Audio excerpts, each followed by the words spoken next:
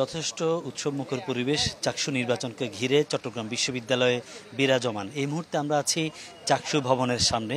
আপনি আমার পেছনে হয়তো দেখছেন যে কিছু মানুষ বসে আছে টেবিলের এক পাশে, অর্থাৎ তারা কিছু একটা বলতে চায়। এরা হচ্ছে বাম ধারা যারা রাজনীতি করে তাদের একটি মোর্চা।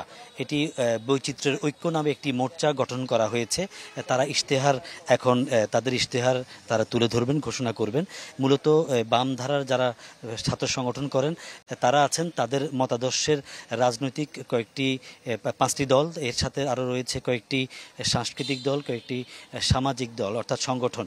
এইরকম 3 ধরনের সংগঠনের সমন্বয়ে বৈচিত্র্যের ঐক্য নামে একটি মোর্চা গঠন করা হয়েছে। তারা কিছুক্ষণের মধ্যে তাদের যে ইশতেহার সেটি প্রচার করবেন, তুলে ধরবেন এই অনুষ্ঠানের মাধ্যমে। আপনি জেনে থাকবেন যে এই যেহেতু 15 অক্টোবর চট্টগ্রাম বিশ্ববিদ্যালয়ের যে চাকসু নির্বাচন, সে নির্বাচনের দিন সকাল 9টায় ভোট গ্রহণ শুরু হবে এবং ভোট গ্রহণ শুরুর 24 ঘন্টা আগে এই প্রচারণা শেষ করতে হবে।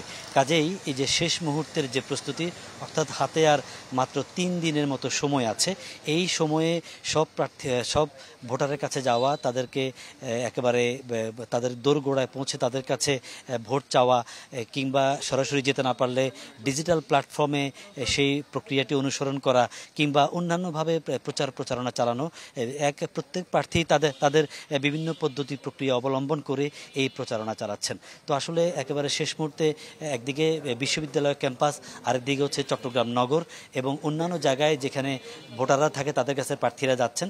এবং প্রশাসনের পক্ষ থেকে বলা হচ্ছে 15 অক্টোবর যে চাকসু নির্বাচন হবে সেটি হবে একেবারে নিরপেক্ষ, একেবারে সুষ্ঠু এবং এইটাকে একেবারে গ্রহণযোগ্য করতে যা কিছু প্রশাসনের পক্ষ থেকে নেওয়া প্রয়োজন ব্যবস্থা, সব রকম ব্যবস্থাই নেওয়া হচ্ছে। ফখরুল, আপনাকে অসংখ্য ধন্যবাদ।